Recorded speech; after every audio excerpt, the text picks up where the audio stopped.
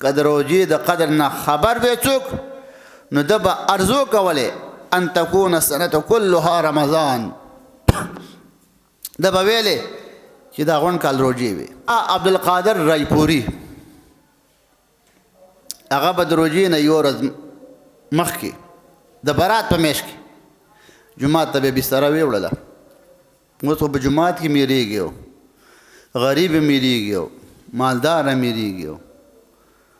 او علماء ته خو جوړه ده. روژې نه به یوه ورځ مخکې بستره ویوړه په جومات کې به یې خوره کړله ځان له به ځای ونیو به په جومات کې رشئ اعتکاف له خلک راځي بستره خو به یې خوره کړه ځای به یې ونیو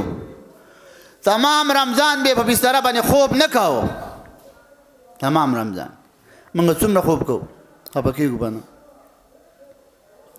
د بوزي زور روژې ته راوباسو